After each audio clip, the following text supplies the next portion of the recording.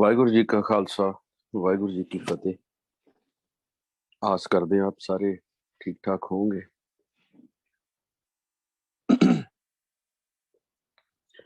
ਸਾਡਾ ਵਿਸ਼ਾ ਚੱਲਦਾ ਆ ਰਿਹਾ ਗੁਰਬਾਣੀ ਦੇ ਉੱਤੇ। ਕਾਫੀ ਸਾਰੇ ਸ਼ਬਦ ਅਸੀਂ ਲੈ ਕੇ ਕਲੀਅਰ ਆਪਣੇ ਮਨ 'ਚ, ਮੇਰਾ ਖਿਆਲ ਹੈ ਹੁਣ ਤੱਕ ਇਮੇਜ ਬਣ ਗਈ ਹੋਣੀ ਆ ਵੀ ਗੁਰਬਾਣੀ ਨੂੰ ਅਸੀਂ ਸਮਝਣਾ ਔਰ ਜੋ ਗੁਰਬਾਣੀ ਕਹਿ ਰਹੀ ਹੈ ਉਹਨੂੰ ਅਸੀਂ ਆਪਣੇ ਉੱਤੇ ਢਾਲਣ ਦੀ ਕੋਸ਼ਿਸ਼ ਕਰਨੀ ਆ। ਕਾਫੀ ਸਾਰੇ ਸ਼ਬਦ ਆਪਾਂ ਵਿਚਾਰ ਲਏ ਨੇ, ਕਈ ਜਿਹੜੇ ਭੁਲੇਖੇ ਨੇ ਉਹ ਦੂਰ ਹੋਏ ਨੇ ਸਾਡੇ।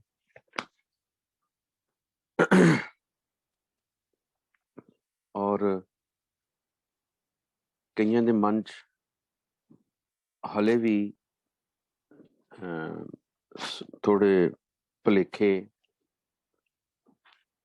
ਜਾਂ ਤੌਖਲੇ ਹੋਣਗੇ। ਆਸ ਕਰਦੇ ਹਾਂ ਕਿ ਉਹ ਵੀ ਛੇਤੀ ਨਬੇੜਾ ਹੋਏਗਾ। ਇਹ ਤਾਂ ਮੇਰੇ ਦੱਸਣ ਨਾਲ ਕੋਈ ਫਰਕ ਨਹੀਂ ਪੈਣਾ। ਦੇਖੋ, ਥੋੜਾ ਬਹੁਤ ਜਿਹੜਾ ਇਹ ਹੈਲਪ ਹੋ ਜਾਏਗੀ। ਅਸਲ 'ਚ ਉਦੋਂ ਗੱਲ ਬਣਨੀ ਹੈ ਜਦੋਂ ਆਪਾਂ ਸਾਰੇ ਇਸ ਚੀਜ਼ ਦੇ ਉੱਤੇ ਅਮਲ ਕਰਨਾ ਸ਼ੁਰੂ ਕਰ ਦਾਂਗੇ। ਜਿੱਦਾਂ ਜਿੱਦਾਂ ਆਪਾਂ, ਇਹ ਤਾਂ ਸਿਰਫ ਇੱਕ ਗੁਰਬਾਣੀ ਲਿਖੀ ਹੈ। ਗੁਰਬਾਣੀ ਬਹੁਤ ਸੌਖੀ ਹੈ। ਉਹਨੂੰ ਮਤਲਬ ਬਾਰ-ਬਾਰ ਐਵਰੀ ਡੇ ਉਹਨੂੰ ਰਿਪੀਟ ਕਰਨ ਦੀ ਥਾਂ ਸਿੰਗਲ ਗੁਰਬਾਣੀ ਨੂੰ ਜਾਂ ਕਈ ਗੁਰਬਾਣੀਆਂ ਨੂੰ, ਟੌਪਿਕਸ ਨੂੰ, ਉਹਨਾਂ ਨੂੰ ਸਮਝਣ ਦੀ ਕੋਸ਼ਿਸ਼ ਕਰੋ। ਬਸ ਇਹੀ ਮੇਰਾ ਮਨੋਰਥ ਹੈ ਵੀ ਗੁਰਬਾਣੀ ਸਾਡਾ ਗੁਰੂ ਹੈ, ਅਸੀਂ ਇਹਨੂੰ ਜਾਣੀਏ।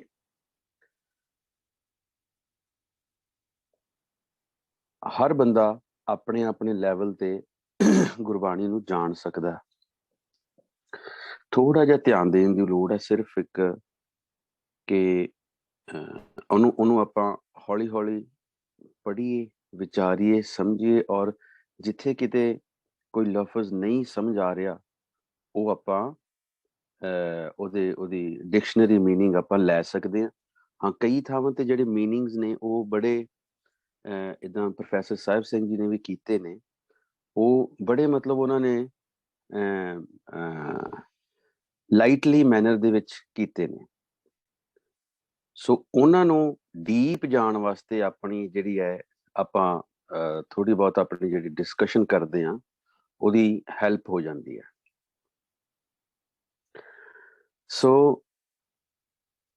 ਆਪਣਾ ਜਿਹੜਾ ਅੱਜ ਦਾ ਸ਼ਬਦ ਆ ਰਿਹਾ, ਮੇਰੇ ਖਿਆਲ ਸਕਰੀਨ ਸਾਰੇ ਦੇਖ ਰਹੇ ਨੇ। ਮਾਰੂ ਮਹੱਲਾ ਪੰਜਵਾਂ, ਘਰ 8ਵਾਂ, ਅੰਜਲੀਆਂ,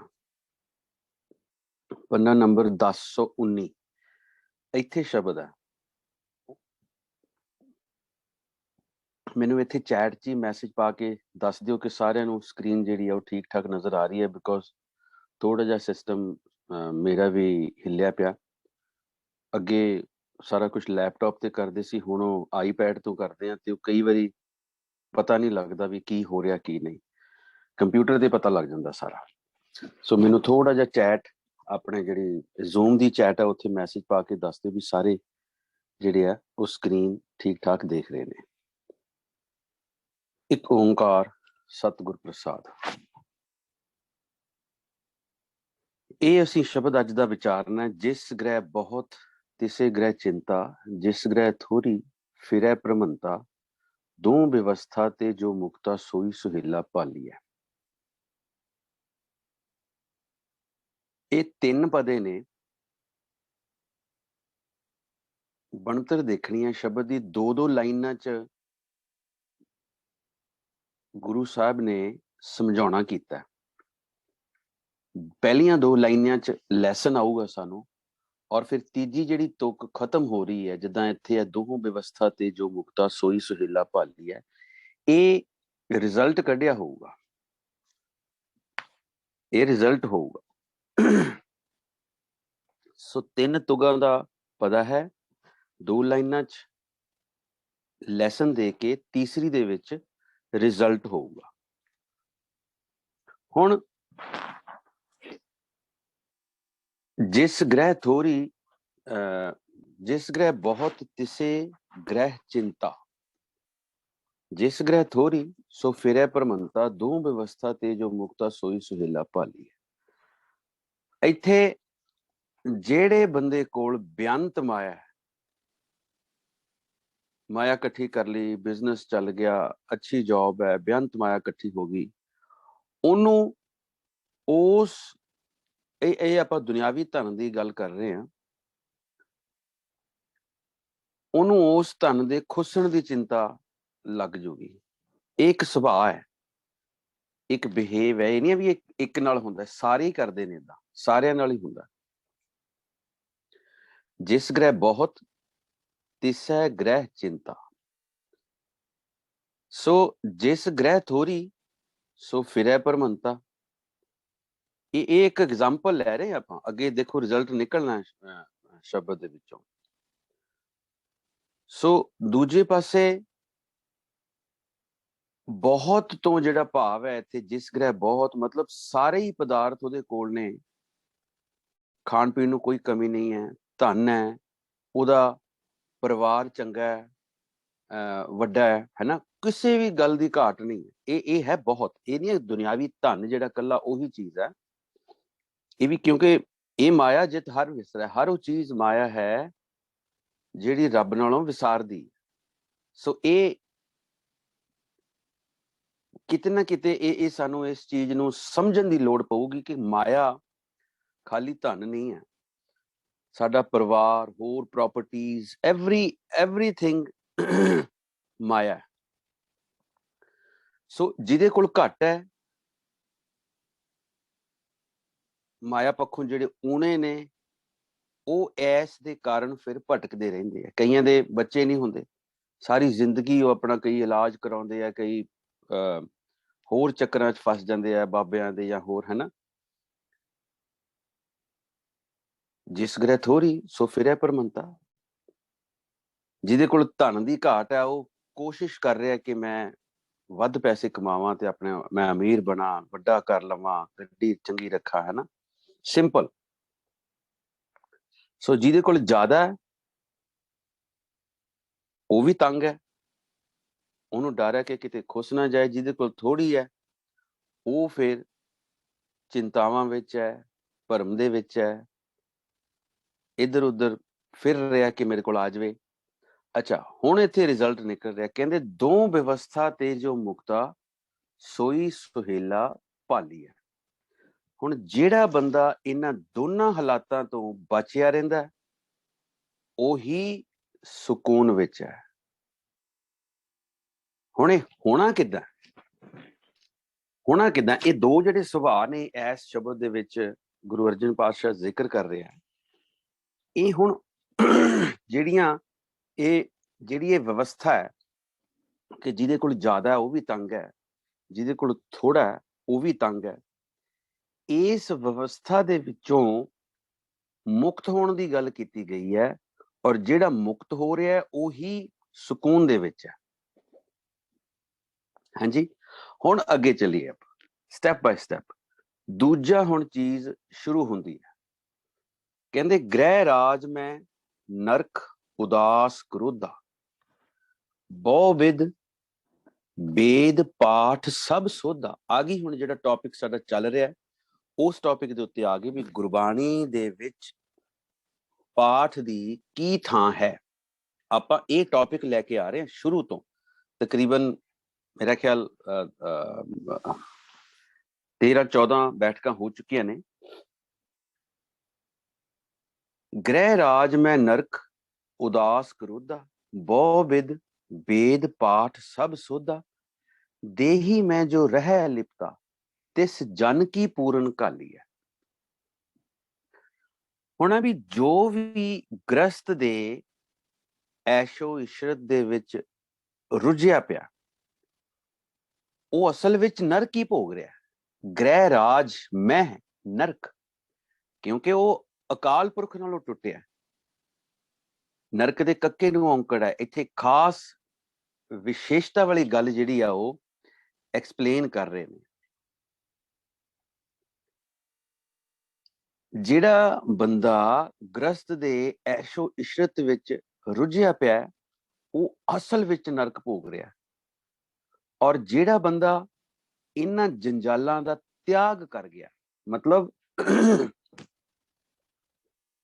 ਜੈਸੇ ਜਲ ਮੈਂ ਕਮਲ ਨਿਰਾਲਮ ਹੈਗਾ, ਉਹਦੇ ਵਿੱਚ ਹੀ ਹੈ ਅਸਲ 'ਚ, ਉਹਦੀਆਂ ਜੜ੍ਹਾਂ ਉਹਦੇ ਵਿੱਚ ਹੀ ਨੇ, ਲੇਕਿਨ ਉਹ ਆਪਣੇ ਆਪ ਨੂੰ ਉਹਦੇ ਵਿੱਚ ਭਿੱਜਣ ਨਹੀਂ ਦਿੰਦਾ, ਆਪਣੇ ਆਪ ਨੂੰ ਉਹਦੇ ਵਿੱਚ ਲਿਬੜਨ ਨਹੀਂ ਦਿੰਦਾ। ਗ੍ਰਹਿ ਰਾਜ ਮੈਂ ਨਰਕ ਉਦਾਸ ਕਰੋਧਾ, ਜੋ ਵੀ ਗ੍ਰਸਤ ਦੇ ਐਸ਼ੋ ਇਸ਼ਰਤ ਵਿੱਚ ਰੁੱਝਿਆ, ਉਹ ਅਸਲ ਵਿੱਚ ਨਰਕ ਭੋਗ ਰਿਹਾ। ਔਰ ਜੋ ਮਨੁੱਖ ਗ੍ਰਸਤ ਦੇ ਜੰਜਾਲਾਂ ਦਾ ਤਿਆਗ ਕਰ ਵੀ ਦਿੰਦਾ ਹੈ, ਜੋ ਮਨੁੱਖ ਅਸਲ ਵਿੱਚ ਗ੍ਰਸਤ ਦੇ ਜੰਜਾਲਾਂ ਦਾ ਤਿਆਗ ਕਰ ਵੀ ਦਿੰਦਾ ਹੈ, ਪਰ ਕ੍ਰੋਧ, ਹੁਣ ਇੱਥੇ ਇੱਕ ਚੀਜ਼ ਆ ਰਹੀ ਹੈ, ਕ੍ਰੋਧ ਦਾ ਜ਼ਿਕਰ ਆ ਰਿਹਾ। ਇਹ ਜਿੱਥੇ ਵੀ ਕਿਤੇ ਸਾਰੀ ਗੁਰਬਾਣੀ ਦੇ ਵਿੱਚ ਜਿੱਥੇ ਵੀ ਕਿਤੇ ਇੱਕ ਚੀਜ਼ ਆਏ ਪੰਜਾਂ ਚੋਂ, ਉੱਥੇ ਆਟੋਮੈਟਿਕ +4 ਕਰ ਲੈਣੀ ਹੈ, ਕਿਉਂਕਿ ਇਹ ਪੰਜੋ ਇਕੱਠੀਆਂ ਮੁੱਕਣੀਆਂ ਨੇ। ਜੇ ਇੱਕ ਹੈ ਤੇ ਬਾਕੀ 4 ਵੀ ਨਾਲ ਹੋਣਗੀਆਂ। ਸੋ ਜਿੱਥੇ ਵੀ ਕਿਤੇ ਯਾਦ ਰੱਖਿਓ, ਜਿੱਥੇ ਵੀ ਕਿਤੇ ਇੱਕ ਕ੍ਰੋਧ ਦਾ ਜਾਂ ਕਾਮ ਕ੍ਰੋਧ ਦਾ ਜਾਂ ਲੋਭ ਮੋਹ ਦਾ ਜ਼ਿਕਰ ਆ ਰਿਹਾ, ਬਾਕੀ 3 ਐਡ ਕਰ ਲਓ। ਜੇ ਇੱਕ ਦਾ ਜ਼ਿਕਰ ਆ ਰਿਹਾ ਤੇ 4 ਐਡ ਕਰ ਲਓ। ਹੁਣ ਜਿਹੜਾ ਬੰਦਾ ਇਹ ਗ੍ਰਸਤ ਦੇ ਜੰਜਾਲਾਂ ਦਾ ਤਿਆਗ ਕਰ ਵੀ ਦਿੰਦਾ, ਪਰ ਉਹ ਕ੍ਰੋਧ ਜਾਂ ਕਹਿ ਲਓ ਕਿ 5 ਵਿਕਾਰਾਂ ਦਾ ਸ਼ਿਕਾਰ ਹੋਇਆ ਹੀ ਰਹਿੰਦਾ, ਉਸ ਤੋਂ ਨਹੀਂ ਬਚ ਸਕਦਾ ਉਹ। ਪਹਿਲੀ ਗੱਲ, ਗ੍ਰਸਤ ਦੇ ਐਸ਼ੋ ਇਸ਼ਰਤ ਵਿੱਚ ਰੁੱਝਿਆ ਪਿਆ, ਉਹ ਨਰਕ ਭੋਗ ਰਿਹਾ। ਤੇ ਜੇ ਉਹ ਕਿਤੇ ਗ੍ਰਸਤ ਚੋਂ ਨਿਕਲ ਵੀ ਆਵੇ, ਪਰ ਉਹ 5 ਵਿਕਾਰਾਂ ਦਾ ਸ਼ਿਕਾਰ ਹੈ, ਉਹ ਵੀ ਸੇਮ ਥਿੰਗ ਹੈ। ਹੁਣ ਭਾਵੇਂ ਕਈ ਤਰੀਕਿਆਂ ਨਾਲ ਬਹੁ-ਵਿਧ ਵੇਦ ਪਾਠ ਸਭ ਸੋਧਾ, ਭਾਵੇਂ ਕਈ ਤਰੀਕਿਆਂ ਨਾਲ ਸਾਰੇ ਵੇਦਾਂ ਦਾ ਜਾਂ ਕਹਿ ਲਓ ਰਿਲੀਜੀਅਸ ਬੁੱਕਸ ਦਾ ਪਾਠ ਕੀਤਾ ਹੋਏ, ਸੋਧਿਆ ਹੋਏ, ਉਹਨੂੰ ਐਨ ਚੰਗੀ ਤਰ੍ਹਾਂ, ਜਿਹਨੂੰ ਕਹਿੰਦੇ ਆ ਵੀ ਐਨ ਖੋਜ ਕਰ ਲਈ ਬੰਦੇ ਨੇ, ਕਈ ਤਰੀਕਿਆਂ ਦੇ ਨਾਲ ਉਹਨਾਂ ਦਾ ਪਾਠ ਕਰੇ, ਉਹ ਸੋਧ ਲਏ, ਉਹਦਾ ਨਿਰੀਖਣ ਕੀਤਾ ਹੋਏ, ਪਰ ਅਕਾਲ ਪੁਰਖ ਦਾ ਨਾਮ ਜਪਣ ਵਾਲੇ ਦੀ ਅੰਤਰਮੁਖੀ ਹੋ ਕੇ ਨਿਰਲੇਪਤਾ ਨਾਲ ਬੰਦਗੀ ਹੀ ਜਿਹੜੀ ਉਹ ਕਰਦਾ, ਉਹ ਥਾਂ ਪੈਂਦੀ ਹੈ। ਕਿਉਂ? ਦੇਹੀ ਮੈਂ ਜੋ ਰਹਿ ਅਲਿਪਤਾ, ਤਿਸ ਜਨ ਕੀ ਪੂਰਨ ਘਾਲੀ ਹੈ।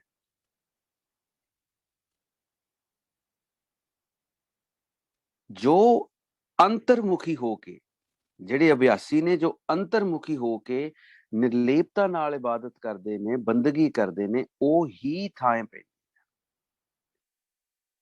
ਜੇ ਖਿਆਲ ਨਹੀਂ ਹੈ ਬੰਦਗੀ ਕਰਦੇ, ਬੰਦਗੀ ਦੇ ਵਿੱਚ ਉਹਦਾ ਧਿਆਨ ਨਹੀਂ ਹੈ, ਤੇ ਉਹ ਬੰਦਗੀ ਵੀ ਜਿਹੜੀ ਹੈ ਉਹ ਉਹਨੂੰ ਉਹਨਾਂ ਫਾਇਦਾ ਨਹੀਂ ਦੇ ਸਕੇਗੀ। ਹੁਣ ਇਹਦੇ ਲਈ ਆਪਾਂ ਰੋਜ਼ ਪੜ੍ਹਦੇ ਹਾਂ, ਅੰਦਰੋਂ ਜਿਨਕਾ ਮੋਹ ਟੁੱਟਾ, ਤਿਨਕਾ ਸ਼ਬਦ ਸੱਚੈ ਸਵਾਰਿਆ। ਹੁਣ ਜੇ ਅੰਦਰੋਂ ਜਿਹੜਾ ਇਹ ਅਟੈਚਮੈਂਟ ਨਹੀਂ ਖਤਮ ਹੋ ਰਹੀ, ਤੇ ਸਵਰੇਗਾ ਕੁਛ ਨਹੀਂ। ਬੜੀਆਂ ਚੀਜ਼ਾਂ ਨੇ, ਦੇਖੋ ਸਾਰੀ ਗੱਲ ਹੀ ਧਿਆਨ ਦੀ ਹੈ। ਜਾਂ ਦੇਖੋ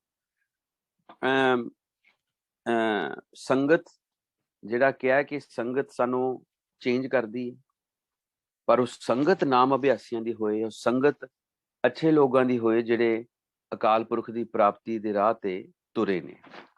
ਫਿਰ ਮਨ ਨੂੰ ਕੰਟਰੋਲ ਕਰਨਾ, ਠੀਕ ਹੈ। ਹੁਣ ਆ ਜਿਹੜੇ ਬਾਕੀ ਗ੍ਰਸਤ ਤੋਂ ਇਲਾਵਾ 5 ਦੀ ਗੱਲ ਆ ਗਈ, ਕ੍ਰੋਧ ਦਾ ਜ਼ਿਕਰ ਆ ਰਿਹਾ, ਇਹਦਾ ਮਤਲਬ 5 ਨੇ। ਸੋ ਇਹ ਪੰਜਾਂ ਤੋਂ ਜਿਹੜਾ ਡਿਟੈਚਡ ਹੋ ਗਿਆ, ਉਸ ਦਾ ਫਿਰ ਜਿਹੜਾ ਉਹ ਸ਼ਬਦ ਅਭਿਆਸ ਕਰ ਰਿਹਾ ਹੈ, ਉਹਦਾ ਫਿਰ ਉਹਨੂੰ ਫਾਇਦਾ ਮਿਲਣਾ ਸ਼ੁਰੂ ਹੋਏਗਾ। ਸੋ ਇਹ ਨਹੀਂ ਹੈ ਵੀ ਅਸੀਂ ਜੇ ਕਰ ਰਹੇ ਹਾਂ ਤੇ ਸਾਡਾ ਕੋਈ ਫਾਇਦਾ ਨਹੀਂ ਹੋ ਰਿਹਾ, ਲੇਕਿਨ ਉਸ ਰਾਹ ਵੱਲ ਅਸੀਂ ਵੱਧਦੇ ਜਾ ਰਹੇ ਹਾਂ। ਜਿੱਦਾਂ ਇੱਕ ਸਟੋਰੀ, ਬੜੀ ਕਾਮਨ ਸਟੋਰੀ ਹੈ, ਬਾਈਬਲ ਦੀ ਸਟੋਰੀ ਹੈ, ਕਈ ਹਵਾਲੇ ਦਿੰਦੇ ਹੁੰਦੇ ਆ ਸਾਡੇ ਜਿਹੜੇ ਪ੍ਰੀਚਰਸ ਨੇ।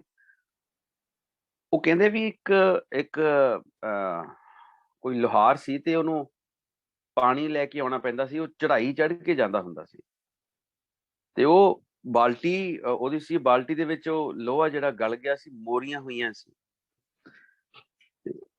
ਓਬਵੀਅਸਲੀ ਉਹਨੇ ਮਤਲਬ ਬਾਲਟੀ ਦੇ ਵਿੱਚ ਉਹਨੇ ਆਪਣਾ ਉਹ ਜਿਹੜਾ ਮਿੱਟੀ ਮਿਕਸ ਕਰਨੀ, ਬਾਲਟੀ ਉਹਦੀ ਲਿਬੜੀ ਤਿਬੜੀ ਹੈ ਨਾ, ਤੇ ਉਹ ਬੱਚੇ ਨੂੰ ਨਾਲ ਲੈ ਗਿਆ, ਬਾਲਟੀ ਦੇ ਵਿੱਚ ਮੋਰੀਆਂ। ਬੱਚੇ ਨੂੰ ਕਹਿੰਦਾ ਵੀ ਇਹ ਚੰਗਾ ਉਹਦਾ ਮੁੰਡਾ ਜਿਹਨੂੰ ਕੰਮ ਸਿਖਾ ਰਿਹਾ ਸੀ, ਨਾਲ ਉਹਦੇ ਹੈਲਪ ਕਰਦਾ ਸੀ ਬੱਚਾ, ਉਹ ਪਾਣੀ ਦੀ ਬਾਲਟੀ ਭਰ ਕੇ ਲੈ ਕੇ ਆਵੇ ਚੜਾਈ ਚੜ੍ਹ ਕੇ, ਤੇ ਜਦੋਂ ਨੂੰ ਉਹ ਥੱਲੇ ਆਵੇ ਆਪਣੇ ਘਰ 'ਚ ਕੰਮ ਕਰਨ ਵਾਲੇ ਥਾਂ ਤੇ ਉਹ ਪਾਣੀ ਮੁੱਕ ਜੇ ਉਹਦੇ ਚੋਂ। ਉਹਨੂੰ ਫਿਰ ਉਹ ਬੰਦਾ ਕਵੇ ਵੀ ਜਾ ਹੋਰ ਲੈ ਕੇ ਆ। ਉਹ ਬੜਾ ਕਹਿਣੇ 'ਚ ਸੀ ਪੁੱਤਰ, ਉਹ ਫੇਰ ਲੈ ਕੇ ਆਇਆ, ਫਿਰ ਉਹ ਉਦਾਂ ਹੀ ਪਾਣੀ ਨਿਕਲ ਗਿਆ। ਬੜੀ ਵਾਰੀ ਏਦਾਂ ਉਹਨੇ ਕੀਤਾ ਤੇ ਅਖੀਰ ਨੂੰ ਫਿਰ ਕਹਿੰਦਾ ਵੀ ਏਦਾਂ ਤੇ ਸਾਡਾ ਕੰਮ ਨਹੀਂ ਚੱਲਣਾ, ਸਾਡੇ ਕੋਲ ਤੇ ਪਾਣੀ ਆ ਹੀ ਨਹੀਂ ਰਿਹਾ, ਸਾਨੂੰ ਇਹਦਾ ਫਾਇਦਾ ਕੀ ਹੋ ਰਿਹਾ ਵੀ ਪਾਣੀ ਭਰਦਾ, ਮਿਹਨਤ ਕਰਦਾ ਇੰਨੀ, ਤੇ ਪਾਣੀ ਲੀਕ ਹੋ ਜਾਂਦਾ ਸਾਰਾ ਬਾਲਟੀ ਚੋਂ, ਇਹਦਾ ਫਾਇਦਾ ਤੇ ਹੋ ਨਹੀਂ ਰਿਹਾ। ਤੇ ਉਹ ਫਿਰ ਬੰਦਾ ਉਹਨੂੰ, ਆਪਣੇ ਮੁੰਡੇ ਨੂੰ ਕਹਿੰਦਾ ਵੀ ਤੂੰ ਬਾਲਟੀ ਦੇਖ, ਇਹ ਬਾਲਟੀ ਜਿਹੜੀ ਹੈ ਇਹਦੇ ਚ ਮੋਰੀਆਂ ਤਾਂ ਨੇ, ਪਾਣੀ ਲੀਕ ਵੀ ਹੋ ਰਿਹਾ, ਲੇਕਿਨ ਇਹ ਬਾਲਟੀ ਸਾਫ਼ ਹੋ ਗਈ ਹੈ। ਸੋ ਇਹ ਹੈ ਕਿ ਅਸੀਂ ਮਿਹਨਤ ਕਰੀਏ, ਭੈ ਭਾਵ ਨਹੀਂ ਰੱਖੀਏ, ਫਾਇਦਾ ਹੋਏਗਾ ਕਾਹੂ ਫਲ ਕੀ ਇੱਛਾ ਨਹੀਂ ਬੰਛੈ, ਕੇਵਲ ਭਗਤ ਕੀਰਤਨ ਸੰਗ ਰਚੈ। ਅਸੀਂ ਵਸਤਾਂ ਦੇ ਪਿੱਛੇ ਪੈ ਜੰਨੇ ਆ, ਵਿੱਚ ਹੀ ਭਗਤੀ ਭਾਵ ਕਰਦੇ ਕਰਦੇ ਸਾਨੂੰ ਆਹ ਵੀ ਚਾਹੀਦਾ, ਆਹ ਵੀ ਚਾਹੀਦਾ। ਇਹ ਗੱਲ ਬਿਠਾ ਲਓ ਕਿ ਭਗਤੀ ਦੇ ਨਾਲ ਸਾਰਾ ਕੁਝ ਪਿੱਛੇ ਚੱਲ ਕੇ ਆਉਣਾ ਬਿਨਾਂ ਮੰਗਿਆ। ਸੋ ਇਹ ਚੀਜ਼ ਹੈ ਇੱਥੇ ਕਿ ਜਿਹੜਾ ਮੋਹ ਹੈ, ਮਾਇਆ ਦਾ ਮੋਹ, ਕਾਮ ਕ੍ਰੋਧ ਲੋਭ ਮੋਹ ਹੰਕਾਰ, ਜਦੋਂ ਇਹ ਮੁੱਕ ਗਿਆ, ਭਾਵੇਂ ਅਸੀਂ ਕਰੀ ਜਾ ਰਹੇ ਹਾਂ ਸਾਰਾ ਕੁਝ, ਅਟੈਚ ਵੀ ਆ, ਝੂਠ ਵੀ ਬੋਲੀ ਜਾ ਰਹੇ ਹਾਂ, ਲੇਕਿਨ ਇਹ ਕੰਮ ਕਰੀ ਜਾ ਰਹੇ ਹਾਂ ਨਾਲ ਨਾਲ, ਅਸੀਂ ਫਰਕ ਪਊਗਾ ਜ਼ਰੂਰ, ਲੇਕਿਨ ਉਹਨੂੰ ਇੱਕ ਨਿਸ਼ਚਾ, ਭਰੋਸਾ ਸਾਰਾ ਰੱਖਣਾ ਪੈਣਾ, ਇੱਕ ਦਿਨ 'ਚ ਨਹੀਂ ਹੋਣਾ। ਜਿੱਦਾਂ ਉਹ ਬਾਲਟੀ ਬਾਰ-ਬਾਰ ਭਰ ਕੇ ਲਿਆਉਂਦਾ ਸੀ, ਉਹ ਲੀਕ ਹੋਈ ਜਾਂਦੀ ਸੀ, ਲੇਕਿਨ ਅੰਤ ਨੂੰ ਉਹ ਬਾਲਟੀ ਸਾਫ਼ ਹੋ ਗਈ ਬਿਲਕੁਲ, ਜਿਹੜੀ ਲਿਬੜੀ ਤਿਬੜੀ ਮਿੱਟੀ ਨਾਲ ਸੀ ਉਹ ਬਿਲਕੁਲ ਸਾਫ਼ ਹੋ ਗਈ। ਸੋ ਏਦਾਂ ਜਿਹੜੀ ਭਗਤੀ ਕਰਨ ਦਾ ਵੀ ਅੰਦਰੋਂ ਅੰਤਰਮੁਖੀ ਹੋਣਾ, ਪਹਿਲਾਂ ਨਿਰਲੇਪ ਹੋਣਾ। ਸੋ ਇਹਨਾਂ ਅਵਸਥਾਵਾਂ ਦੇ ਵਿੱਚ ਜਿਹੜੀ ਕੀਤੀ ਭਗਤੀ ਹੈ, ਉਹ ਫਿਰ ਥਾਂ ਪੈਂਦੀ ਹੈ। ਅੰਦਰੋਂ ਜਿਨ ਕਾ ਮੋਹ ਟੁੱਟਾ, ਤਿਨ ਕਾ ਸ਼ਬਦ ਸੱਚੈ ਸਵਾਰਿਆ। ਫਿਰ ਇਹਦਾ ਫਾਇਦਾ ਹੋਣਾ, ਸਾਨੂੰ ਪਤਾ ਵੀ ਲੱਗਣਾ ਸ਼ੁਰੂ ਹੋ ਜੂ ਵੀ ਇਹਦਾ ਸਾਨੂੰ ਫਾਇਦਾ ਹੋ ਰਿਹਾ।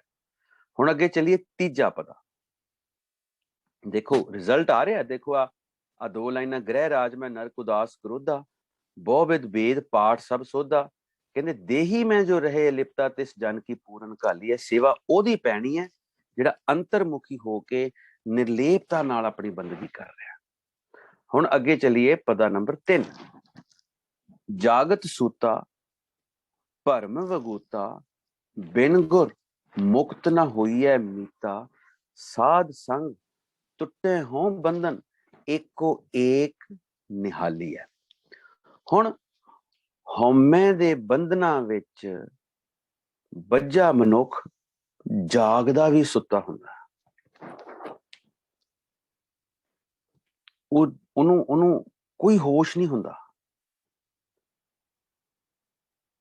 ਕਈ ਵਾਰੀ ਗੱਲ ਆਪਾਂ, ਸਾਡੇ ਨਾਲ ਵੀ ਵਾਪਰਦਾ, ਕਈ ਵਾਰੀ ਕੋਈ ਸਾਡਾ ਧਿਆਨ ਕਿਸੇ ਬੰਨੇ ਹੋਰ ਹੁੰਦਾ ਤੇ ਕੋਈ ਸਾਨੂੰ ਗੱਲ ਕਹੇ, ਚੰਗੇ ਭਲੇ ਕੰਨ ਹੁੰਦਿਆਂ ਸੁਣਦਿਆਂ ਸਾਨੂੰ ਉਹ ਗੱਲ ਨਹੀਂ ਸੁਣਦੀ, ਕਿਉਂਕਿ ਧਿਆਨ ਨਹੀਂ।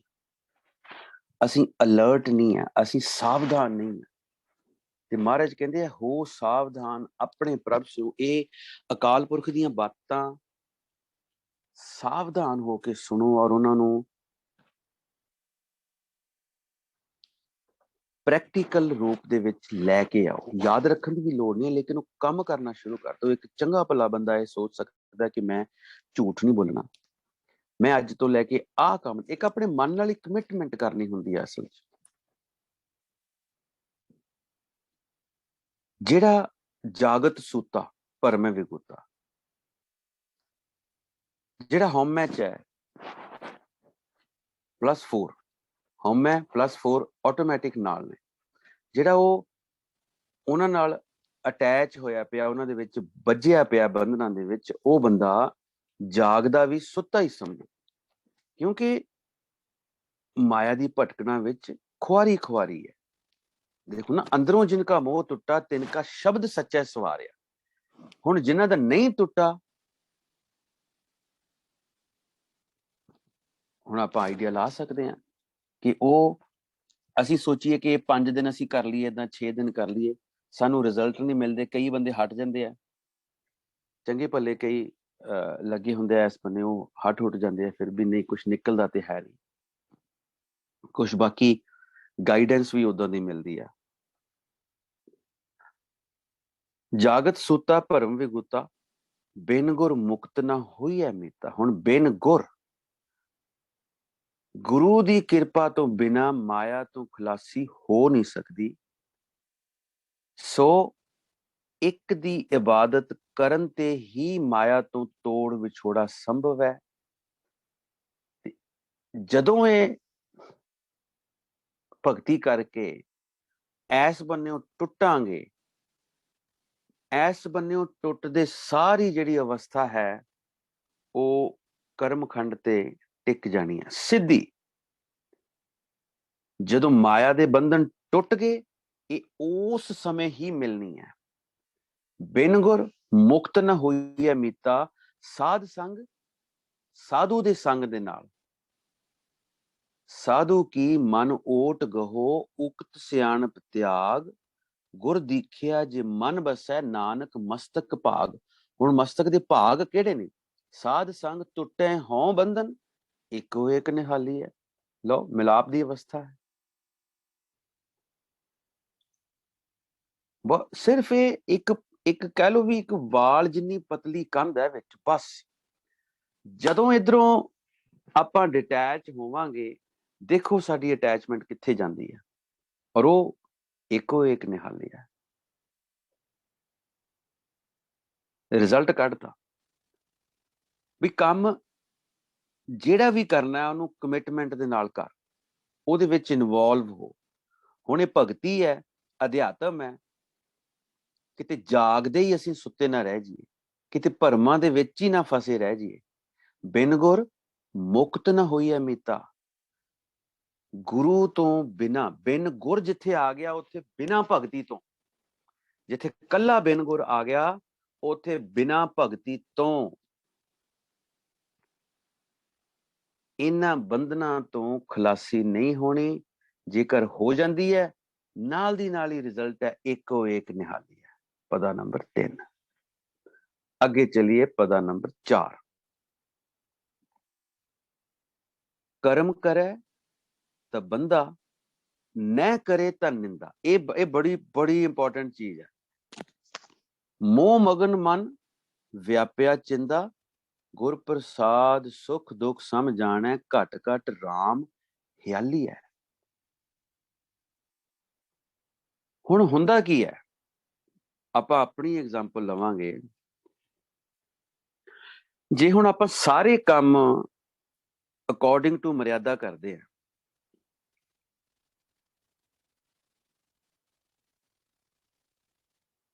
ਮਰਿਆਦਾ ਦੇ ਤਹਿਤ ਜਿਹੜਾ ਕਰਮ ਹੈ ਉਹ ਕੀ ਹੈ? ਮਾਇਆ ਦੇ ਵਿੱਚ ਬੰਨੇ, ਜਜਾਲਾ ਵਿੱਚ ਫਸੀਦਾ। ਦੇਖੋ, ਕਰਮ ਕਰੇ ਤਾਂ ਬੰਦਾ। ਹੁਣ ਜੋ ਵੀ ਅਸੀਂ ਡੀਡਸ ਆਪਣੀਆਂ ਕਰ ਰਹੇ ਹਾਂ, ਅਸੀਂ ਸਾਡੀ ਜਿਹੜੀ ਗੰਢ ਹੈ ਉਹਨਾਂ ਦੇ ਨਾਲ ਅਟੈਚਮੈਂਟ ਉਹ ਪੱਕੀ ਹੋਈ ਜਾ ਰਹੀ ਹੈ। जंजालां च फसी जा रहे। क्यों? किरत कर्म के विछड़े कर कृपा मिलो राम। किरत कर्म के विछड़े कि ਅਸੀਂ ਬੜਾ ਮਰਿਆਦਾ ਦਾ ਖਿਆਲ ਰੱਖਦੇ ਹਾਂ ਵੀ ਇਹ ਕੰਮ ਅਸੀਂ ਇਦਾਂ ਹੀ ਕਰਨਾ। ਰੱਬ ਵਾਲੇ ਪਾਸੇ ਨੂੰ ਨਹੀਂ, ਉਧਰ ਨੂੰ ਮਰਿਆਦਾ ਦਾ ਕੋਈ ਖਿਆਲ ਨਹੀਂ। ਇੱਧਰ ਨੂੰ ਹੈ ਵੀ ਅਸੀਂ ਖਾਣਾ ਕਿੱਦਾਂ ਬਣਾਉਣਾ, ਇਹਨੂੰ ਖਾਣਾ ਕਿੱਦਾਂ, ਫਿਰ ਇਹ ਜੀ ਅਸੀਂ ਕੱਪੜੇ ਕਿੱਦਾਂ ਦੇ ਪਾਉਣੇ ਆ, ਫਿਰ ਅਸੀਂ ਆਹ ਕੰਮ ਸਵੇਰੇ ਕੀ ਕਰਨਾ, ਦੁਪਹਿਰ ਨੂੰ ਕੀ ਕਰਨਾ, ਇਹ ਬੜਾ ਅਸੀਂ ਇਹਦਾ ਖਿਆਲ ਰੱਖਦੇ ਹਾਂ। ਕਰਮ ਕਰੈ ਤਾਂ ਬੰਦਾ,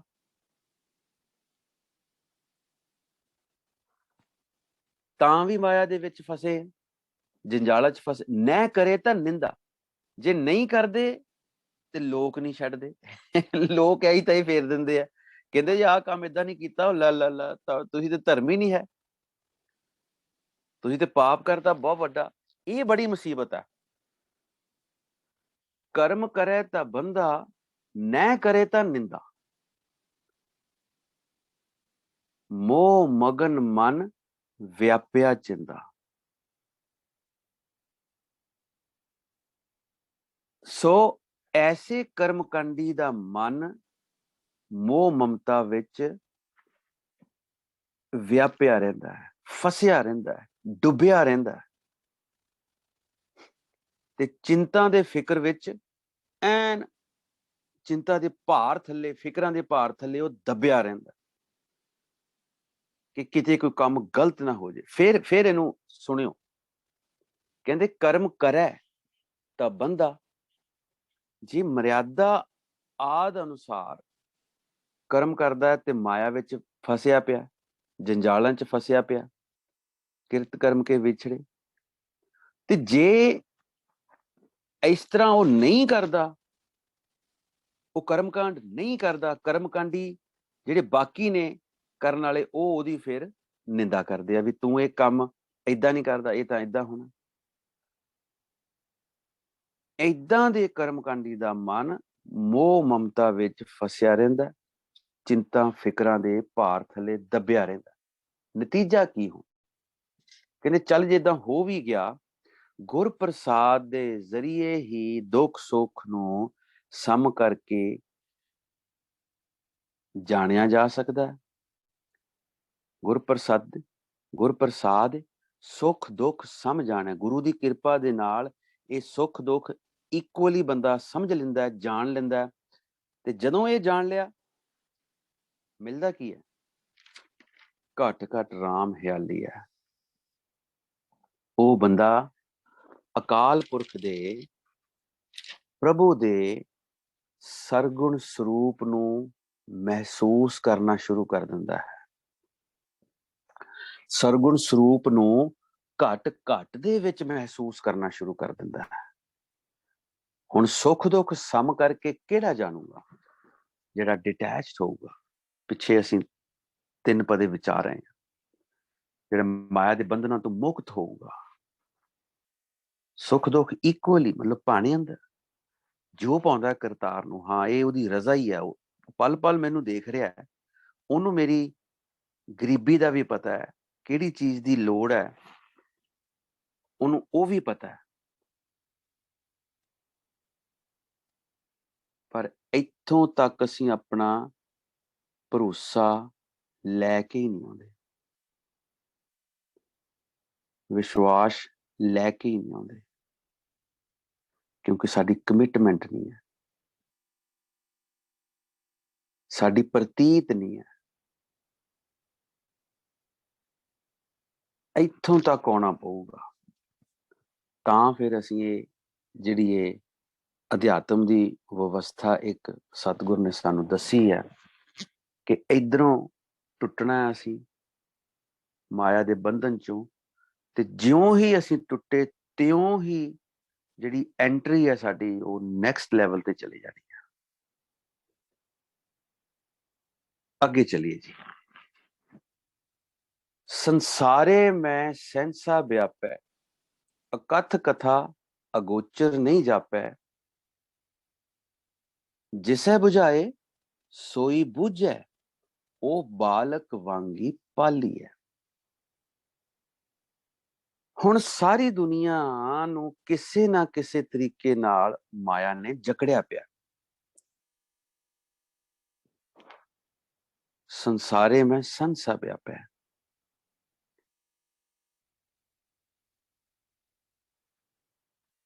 ਮਨੁੱਖ ਨੂੰ ਕੋਈ ਨਾ ਕੋਈ ਜਿਹੜਾ ਤੌਖਲਾ ਹੈ ਉਹ ਦੱਬੀ ਰੱਖਦਾ ਹੈ। ਅਕਥ ਕਥਾ ਅਗੋਚਰ ਨਹੀਂ ਜਾਪਿਆ। ਹੁਣ ਜਦੋਂ ਮਾਇਆ ਨੇ ਐਨ ਜਕੜਿਆ ਪਿਆ, ਦੱਬਿਆ ਪਿਆ,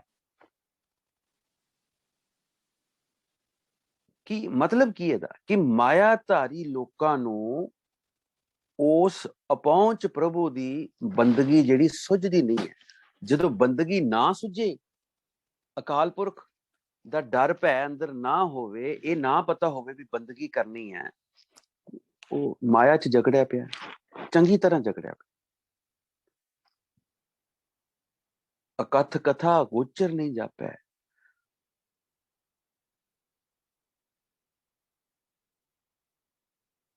ਉਹ ਮਤਲਬ ਜਿਹੜਾ ਅਪਹੁੰਚ ਅਕਾਲ ਪੁਰਖ ਹੈ, ਉਹਦੀ ਬੰਦਗੀ ਸੁੱਝਦੀ ਨਹੀਂ ਹੈ, ਸੋਚ ਹੀ ਨਹੀਂ ਆਉਂਦੀ। ਪਰ ਜਿਹਨੂੰ ਸੋਝੀ ਆਉਣ ਲੱਗੀ, ਜਿਸ ਅਭਿਆਸੀ ਤੇ ਕਰਤੇ ਪੁਰਖ ਦੀ ਰਹਿਮਤ ਹੋਣ ਲੱਗੀ, ਉਹੀ ਨਾਮ ਬੰਦਗੀ ਵਾਲੇ ਪਾਸੇ ਲੱਗਦਾ ਹੈ ਤੇ ਅਕਾਲ ਪੁਰਖ ਉਸ ਇਨਸਾਨ ਨੂੰ, ਉਸ ਅਭਿਆਸੀ ਨੂੰ ਆਪਣੇ ਬੱਚੇ ਦੀ ਤਰ੍ਹਾਂ ਪਾਲਦਾ ਹੈ,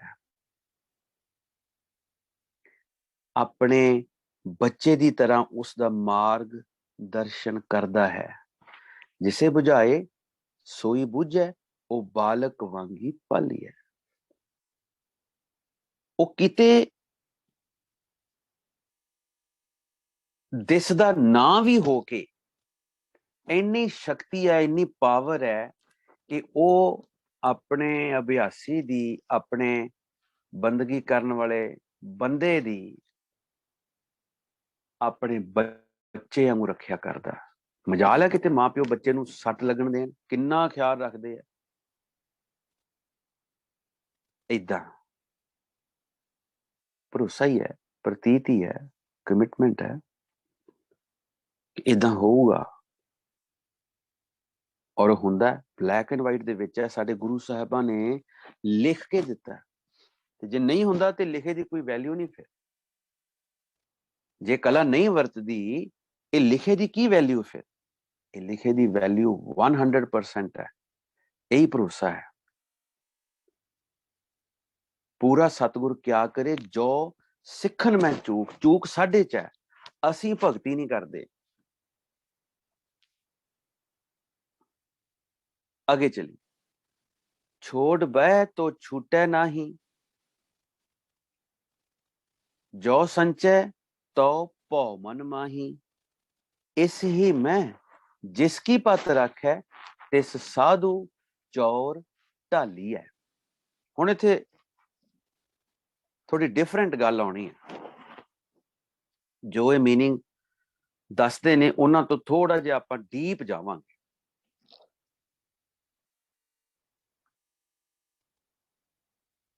ਹੁਣ ਭੇਖੀ ਤਿਆਗੀ ਮਾਇਆ ਤੋਂ ਦੂਰ ਹੋਣ ਦੀ ਕੋਸ਼ਿਸ਼ ਕਰਦਾ। ਛੋੜ ਬਹਿ, ਛੋੜ ਬਹਿ ਤੋ ਛੂਟੇ ਨਾ। ਹੁਣ ਜਿਹੜਾ ਭੇਖੀ ਹੈ, ਕੋਈ ਤਿਆਗੀ ਹੈ, ਉਹ ਮਾਇਆ ਤੋਂ ਦੂਰ ਹੋਣ ਦੀ ਕੋਸ਼ਿਸ਼ ਕਰਦਾ, ਟਰਾਈ ਕਰਦਾ, ਪਰ ਉਹਦੀ ਖਲਾਸੀ ਨਹੀਂ ਹੁੰਦੀ। ਤੋ ਛੂਟੇ ਨਾ ਹੀ।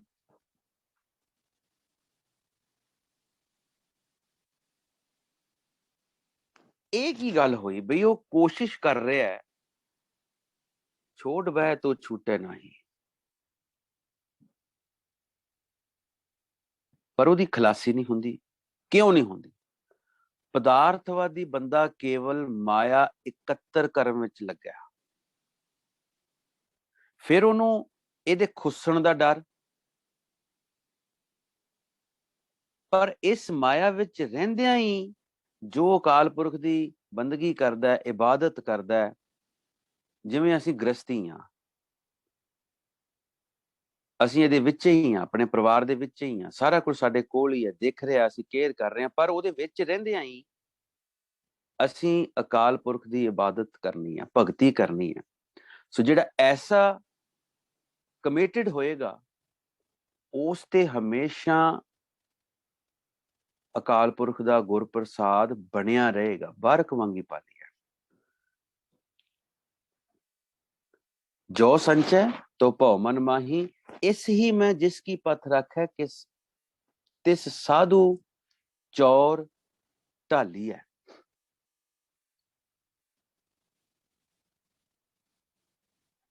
ਮਾਇਆ ਦੇ ਵਿੱਚ ਰਹਿੰਦਿਆਂ ਹੀ ਪਰਮਾਤਮਾ ਆਪ ਜਿਸ ਬੰਦੇ ਦੀ ਪੱਤ ਰੱਖਦਾ ਹੈ, ਹੁਣ ਇਹ ਕਹਿੰਦੇ ਵੀ ਉਸ ਗੁਰਸਿੱਖ ਦੇ ਸਿਰ ਤੇ ਚੌਰ ਝੁਲਾਇਆ ਜਾਂਦਾ, ਚਵਰ ਝੁਲਾਇਆ ਜਾਂਦਾ।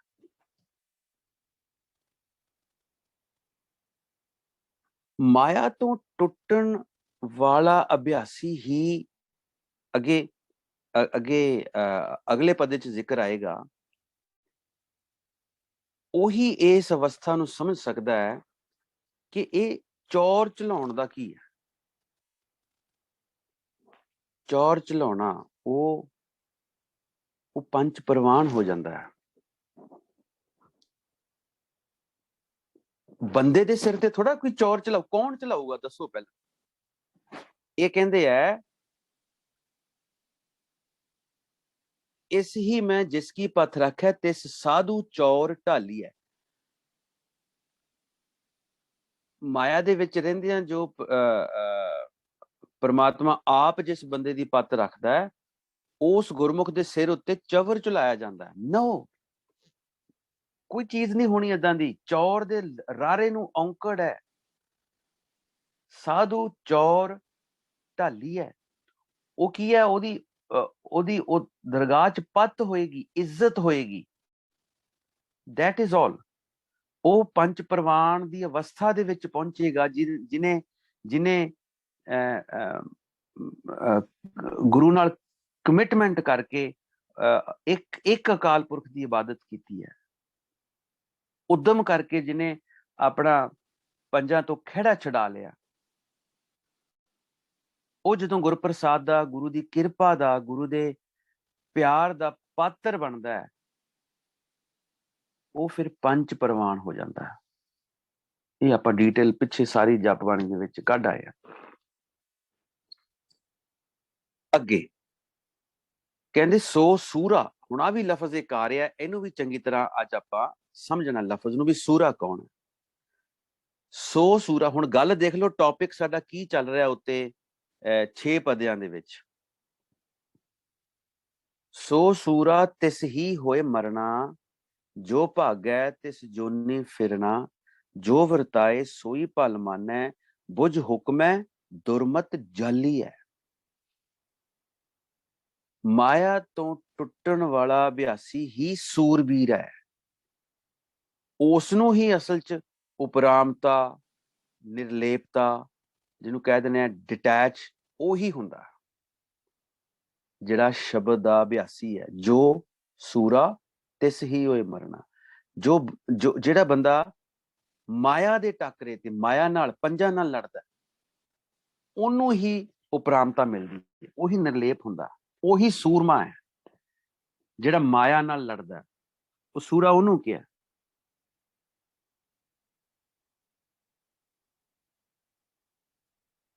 ਪਰ ਜਿਸ ਨੂੰ ਮਾਇਆ ਨੇ ਪੂਰੀ ਤਰ੍ਹਾਂ ਜਕੜਿਆ ਪਿਆ, ਉਹ ਜਨਮ ਮਰਨ ਦੇ ਗੇੜਿਆਂ ਚ ਫਸਿਆ ਰਹਿੰਦਾ।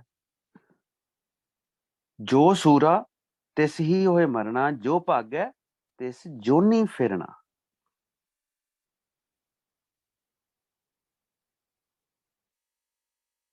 ਹੁਣ ਜੋ ਵਰਤਾਏ ਸੋਈ ਭਲ ਮਾਨੈ, ਬੁਝ ਹੁਕਮੈ ਦੁਰਮਤ ਜਾਲੀ ਹੈ।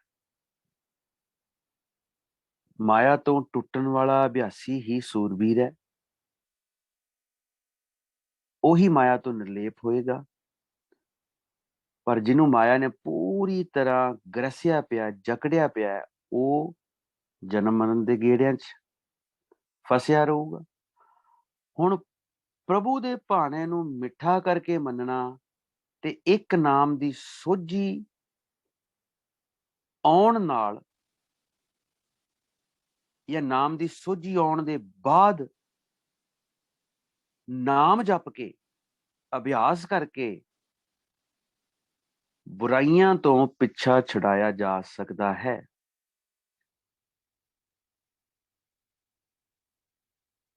ਮੁਕਤ ਹੋਇਆ ਜਾ ਸਕਦਾ ਹੈ, ਪੰਜਾਂ ਤੋਂ ਪਿੱਛਾ ਛੁਡਾਇਆ ਜਾ ਸਕਦਾ। ਜੋ ਵਰਤਾਏ ਸੋਈ ਭਲ ਮਾਨੈ, ਬੁਝ ਹੁਕਮੈ ਦੁਰਮਤ ਜਾਲੀ ਹੈ। ਇਹ ਹੁਕਮ ਨੂੰ ਬੁੱਝਣਾ ਪਊ, ਰਜ਼ਾ ਨੂੰ ਸਮਝਣਾ ਪਊ। ਭਾਣੇ ਨੂੰ ਮਿੱਠਾ ਕਰਕੇ ਮੰਨਦਾ ਹੈ ਸੂਰਮਾ। ਸੂਰਮਾ ਜਿਹੜਾ ਮਾਇਆ ਨਾਲ ਲੜ ਗਿਆ, ਜਿਹਨੇ ਮਾਇਆ ਦੇ ਉੱਤੇ ਜਿੱਤ ਪ੍ਰਾਪਤ ਕਰ ਲਈ ਹੈ। ਕਿ ਜੋ ਪ੍ਰਮਾਤਮਾ ਵਰਤਾ ਰਿਹਾ, ਕਹਿਣ ਦਾ ਭਾਵ ਕਿ ਜੋ ਭਾਣਾ ਹੈ, ਜੋ ਰੂਟੀਨ ਦੇ ਵਿੱਚ ਹੋ ਰਿਹਾ ਹੈ, ਉਹ ਬੰਦਾ ਫਿਰ ਉਹਨੂੰ ਰਜ਼ਾ ਅਕਾਲ ਪੁਰਖ ਦੀ ਸਮਝ ਕੇ ਅੰਦਰੋਂ ਜਿਹੜੀ ਉਹਦੀ ਦੁਰਮਤ ਹੈ, ਖੋਟੀ ਮਤ ਹੈ, ਉਹਨੂੰ ਫਿਰ ਸਾੜ ਸੁੱਟਦਾ।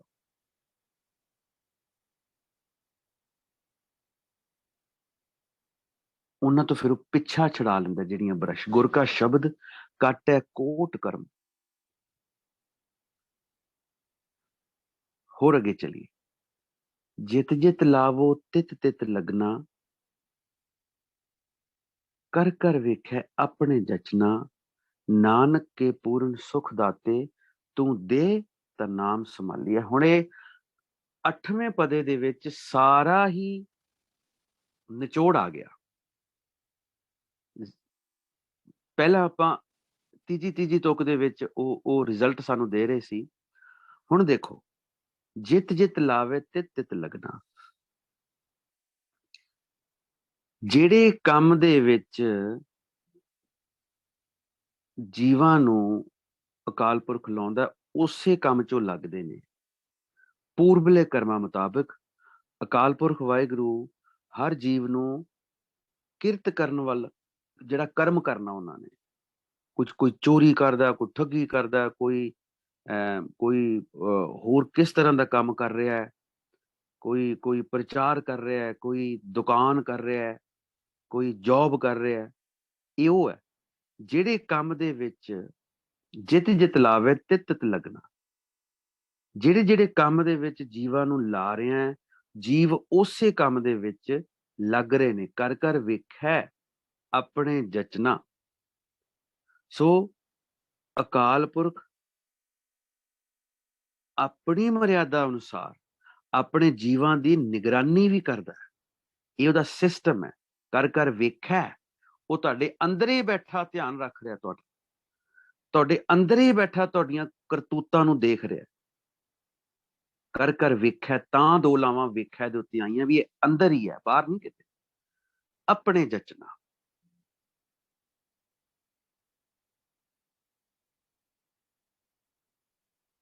ਜਿਹੜੇ ਕੰਮ 'ਚ ਜੀਵਾਂ ਨੂੰ ਪਰਮਾਤਮਾ ਲਾਉਂਦਾ, ਉਸੇ ਕੰਮ 'ਚੋਂ ਲੱਗ ਜਾਂਦੇ ਨੇ ਪੂਰਬਲੇ ਕਰਮਾਂ ਮੁਤਾਬਕ। ਅਕਾਲ ਪੁਰਖ ਆਪਣੀ ਮਰਿਆਦਾ ਅਨੁਸਾਰ ਆਪਣੇ ਜੀਵਾਂ ਦੀ ਨਿਗਰਾਨੀ ਵੀ ਕਰਦਾ। ਹੁਣ ਨਾਨਕ ਕੇ ਪੂਰਨ ਸੁਖ ਦਾਤੇ। ਨਾਨਕ ਜੋਤ ਕਹਿੰਦੀ ਹੈ ਪਰਮ ਪ੍ਰਭੂ ਦੇ ਗੁਰਪ੍ਰਸਾਦ ਦੇ ਜ਼ਰੀਏ ਹੀ ਤੇਰੇ ਸੇਵਕ ਨਾਮ ਜਪ ਜਪ ਕੇ ਸੰਭਾਲਣ ਦੀ ਅਵਸਥਾ ਤੱਕ ਪਹੁੰਚਦੇ ਹੈ। ਸੰਭਾਲਣ ਦੀ ਅਵਸਥਾ ਦੇ ਵਿੱਚ ਸੰਭਾਲਣਾ ਹੈ ਮਿਲਾਪ। ਬੁੱਲਿਆ ਰੱਬ ਦਾ ਕੀ ਪਾਉਣਾ, ਇਧਰੋਂ ਪੁੱਟਣਾ ਤੇ ਇੱਧਰ ਲਾਉਣਾ, ਆਹੀ ਗੱਲ ਆ ਬਸ। ਸੰਭਾਲਣਾ ਮਿਲਾਪ ਦੀ ਅਵਸਥਾ। ਉਹ ਸੋ ਦਰ ਤੇਰਾ ਕਿਹਾ, ਸੋ ਘਰ ਕਿਹਾ, ਜਿਤ ਬਹਿ ਸਰਬ ਸੰਭਾਲੇ। ਇਹ ਆਪਾਂ ਇਹ ਵੀ ਵਿਚਾਰ ਕੇ ਆਏ ਆ। ਸੋਦਰ ਦੀ ਵੀ ਆਪਾਂ ਵਿਚਾਰ ਕੀਤੀ ਹੈ ਜਪ ਬਾਣੀ ਦੇ ਵਿੱਚ। ਸੋਦਰ ਤੇਰਾ ਕਿਹਾ, ਤੇਰਾ ਜਦੋਂ ਪ੍ਰਕਾਸ਼ ਹੋਣਾ, ਕਿੰਨੀ ਅਵਸਥਾ ਹੋਏਗੀ। किड्डी उच्ची अवस्था होएगी। वो घर कैसा होएगा जो मुकम्मल तौर ते मन खड़ा करके तेरी बंदगी करदा है। सो दर तेरा केहा सो घर केहा जित बह, ਜਿਹੜਾ ਜਾਂਦਾ ਹੀ ਨਹੀਂ ਕਿਤੇ, ਇੱਕ ਥਾਂ ਤੇ ਬਹਿ ਗਿਆ, ਮਨ ਦੀ ਗੱਲ, ਅਵਸਥਾ ਦੀ ਗੱਲ, ਸਟੇਟ ਆਫ ਮਾਈਂਡ ਹੈ, ਸਰਬ ਸੰਭਾਲੇ ਹੈ, ਜਿਹੜਾ ਮਨ ਖੜਾ ਕਰਕੇ ਉਸ ਇੱਕ ਅਕਾਲ ਪੁਰਖ ਦੀ ਇਬਾਦਤ ਕਰ ਰਿਹਾ। ਸੋ ਇਸ ਸ਼ਬਦ ਦੇ ਵਿੱਚ ਸ਼ੁਰੂ ਦੇ ਵਿੱਚ ਹੀ ਅਸੀਂ ਪੜ੍ਹਿਆ ਕਿ ਬਹੁ ਬਿਦ ਵੇਦ ਪਾਠ ਸਭ ਸੋਧਾ। ਇਹਦੇ ਵੱਲ ਆਪਣੇ ਟੌਪਿਕ ਵੱਲ ਜ਼ਰਾ ਹੁਣ ਅਸੀਂ ਧਿਆਨ ਦਈਏ।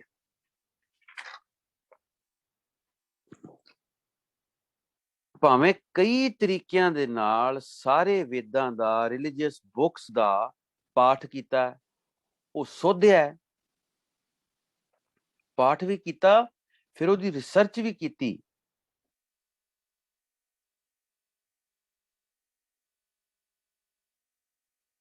ਨਿਰੀਖਣ ਵੀ ਕੀਤਾ, ਪਰ ਅੰਤਰਮੁਖੀ ਹੋ ਕੇ ਨਿਰਲੇਪਤਾ ਨਾਲ ਜਿਹੜੀ ਕੀਤੀ ਬੰਦਗੀ ਹੈ, ਉਹ ਹੀ ਥਾਂ ਪੈਂਦੀ ਹੈ। ਬੰਦਗੀ ਕਰਨੀ ਪੈਣੀ ਹੈ, ਸ਼ਬਦ ਅਭਿਆਸ ਕਰਨਾ ਹੀ ਪੈਣਾ। ਇਹੀ ਸਾਡਾ ਟੌਪਿਕ ਅਸੀਂ ਲੈਂਦੇ ਆ ਰਹੇ ਹਾਂ, ਬੜਾ ਬਰੀਕ ਹੈ। ਇਹ ਨਹੀਂ ਹੈ ਵੀ ਅਸੀਂ ਪਾਠ ਨਹੀਂ ਕਰਨਾ, ਪਾਠ ਦਾ ਮਤਲਬ ਹੀ ਸਿੱਖਿਆ ਹੈ। ਪਾਠ ਪਹਿਲਾ, ਕਿਤਾਬਾਂ 'ਚ ਪੜ੍ਹਿਆ ਅਸੀਂ, ਟੈਕਸਟ ਬੁੱਕਸ ਆਪਣੀਆਂ ਜਿਹੜੀਆਂ ਉੱਥੇ ਐਜੂਕੇਸ਼ਨ ਲੈ ਕੇ, ਪਾਠ ਪਹਿਲਾ, ਲੈਸਨ ਫਸਟ। ਪਰ ਇਸ ਨੂੰ ਇੰਨੀ ਬਰੀਕੀ ਦੇ ਵਿੱਚ ਅਸੀਂ ਮਹੱਲੇ ਪੰਜਵੇਂ ਦਾ ਸ਼ਬਦ ਹੈ, ਆਇਓ ਸੁਨਨ ਪੜਨ ਕੋ ਬਾਣੀ। ਆਇਓ ਸੁਨਨ ਪੜਨ ਕੋ ਬਾਣੀ। ਹੁਣ ਇਹ ਬਾਣੀ ਕੀ ਹੈ? ਹੁਣ ਇਸ ਚੀਜ਼ ਨੂੰ ਅੱਗੇ ਅਸੀਂ ਖੋਲਾਂਗੇ। ਬਾਣੀ ਲਫ਼ਜ਼ ਦਾ ਭੁਲੇਖਾ ਖਾ ਕੇ ਲੋਕ ਪਾਠ ਹੀ ਕਰੀ ਜਾ ਰਹੇ ਉਹਦੇ। ਕਿੰਨਾ ਸਿਸਟਮ, ਕਿੰਨਾ ਤੋਰਾ ਤੋਰ ਲਿਆ। ਅਖੰਡ ਪਾਠ ਹੋ ਰਹੇ ਨੇ, ਸਹਿਜ ਪਾਠ ਹੋ ਰਹੇ ਨੇ, ਸੁਖਮਨੀ ਸਾਹਿਬ ਦੇ 40 ਪਾਠ ਕਰਦੇ 40 ਦਿਨ। ਗੱਲ ਵੀ ਠੀਕ ਹੈ, ਵੀ ਲਿਖਿਆ ਕਹਿੰਦੇ ਆਇਓ ਸੁਣਨ ਪੜਨ ਕੋ ਬਾਣੀ, ਪਰ ਅੱਗੇ ਪੜਦਾ ਹੀ ਨਹੀਂ ਕੋਈ। ਅੱਗੇ ਕੀ ਲਿਖਿਆ? ਕਹਿੰਦੇ ਨਾਮ ਵਿਸਾਰ ਲੱਗੇ ਹਨ ਲਾਲਚ ਬਿਰਥਾ ਜਨਮ ਪ੍ਰਾਣੀ। ਇਹ ਜਿਹੜੀ ਬਾਣੀ ਪੜ੍ਹਦੇ ਆ, ਇਹ ਸਾਨੂੰ ਇੱਕ ਸ਼ਬਦ ਵਾਲੇ ਪਾਸੇ ਲਾਉਂਦੀ ਹੈ। ਅਸੀਂ ਉਸ ਸ਼ਬਦ ਦੀ ਇਬਾਦਤ ਕਰਨੀ ਹੈ, ਉਸ ਸ਼ਬਦ ਦੀ ਭਗਤੀ ਕਰਨੀ ਹੈ। ਉਹ ਅਸੀਂ ਨਹੀਂ ਕਰ ਰਹੇ। ਉਹ ਵੇਲਾ ਅਸੀਂ ਲੰਘਾਈ ਜਾ ਰਹੇ ਹਾਂ। ਆ ਦੇਖੋ, ਆਇਓ ਸੁਣਨ ਪੜਨ ਕੋ ਬਾਣੀ, ਅੱਗੇ ਲਿਖਿਆ ਨਾਮ, ਮੰਮੇ ਨੂੰ ਔਂਕੜ, ਨਾਮ ਵਿਸਾਰੇ। ਪਰ ਕਹਿੰਦੇ ਤੂੰ ਨਾਮ ਨੂੰ ਵਿਸਾਰ ਕੇ ਹੋਰ ਪਾਸੇ ਲੱਗ ਗਿਆ, ਮਾਇਆ ਦੇ ਵਿੱਚ ਜਕੜਿਆ ਪਿਆ, ਤੇਰਾ ਜਨਮ ਖਰਾਬ ਹੋ ਜਾਣਾ। ਇਹ ਵਾਰੀ ਜਿਹੜੀ ਇੱਕੋ ਹੈ, ਮੰਮੇ ਨੂੰ ਔਂਕੜ ਇੱਕੋ ਵਾਰੀ ਹੈ। ਭਈ ਪ੍ਰਾਪਤ ਮਾਨੁਖ ਦੇਹੁਰੀਆ, ਗੋਬਿੰਦ ਮਿਲਣ ਕੀ ਇਹ ਤੇਰੀ ਬਰੀ ਆ। ਇੱਕੋ ਤੇਰਾ ਮੌਕਾ ਹੈ, ਕਿੰਨਾ ਸੋਹਣਾ। ਹਰ ਚੀਜ਼ ਤੂੰ ਦੁਨੀਆ ਦੀ ਇੰਜੋਏ ਕਰ ਰਿਹਾ, ਬਾਕੀ ਹੋਰ ਕੋਈ ਜੂਨ ਇੰਨੀ ਸਖਾਲੀ ਨਹੀਂ ਹੈ।